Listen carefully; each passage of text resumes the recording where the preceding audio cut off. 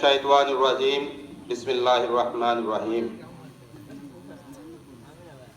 ইউরিদুনা লিইউতফিউ নূরাল্লাহি বিআফওয়াহিহিম ওয়াল্লাহু মুতিম্মু নূরিহি ওয়ালাউ কারিহাল কাফিরুন। ক্বালা আল্লাহু তাআলা ফিল কুরআনিল মাজিদ ফুরকানিল হামিদ।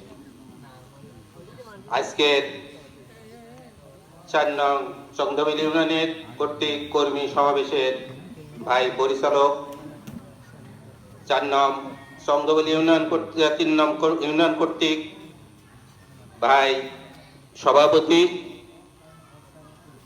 বাংলাদেশ জামাত ইসলাম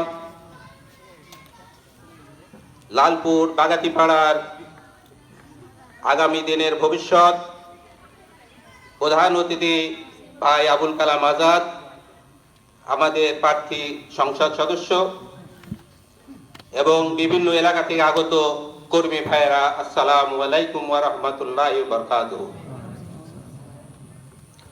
আল্লাহ পাকের লাখো লাখো শুকরিয়া যে মহান রব্বুল আলামিন দীর্ঘদিন পরে এই মুক্ত আকাশের নিচে জমিনের উপরে আল্লাহ দ্বীন সম্পর্কে কথা বলার জন্য সুযোগ করে দিয়েছেন। সেই রব্বুল আলামিনের প্রতি শুকরিয়া আদায় করি আলহামদুলিল্লাহ।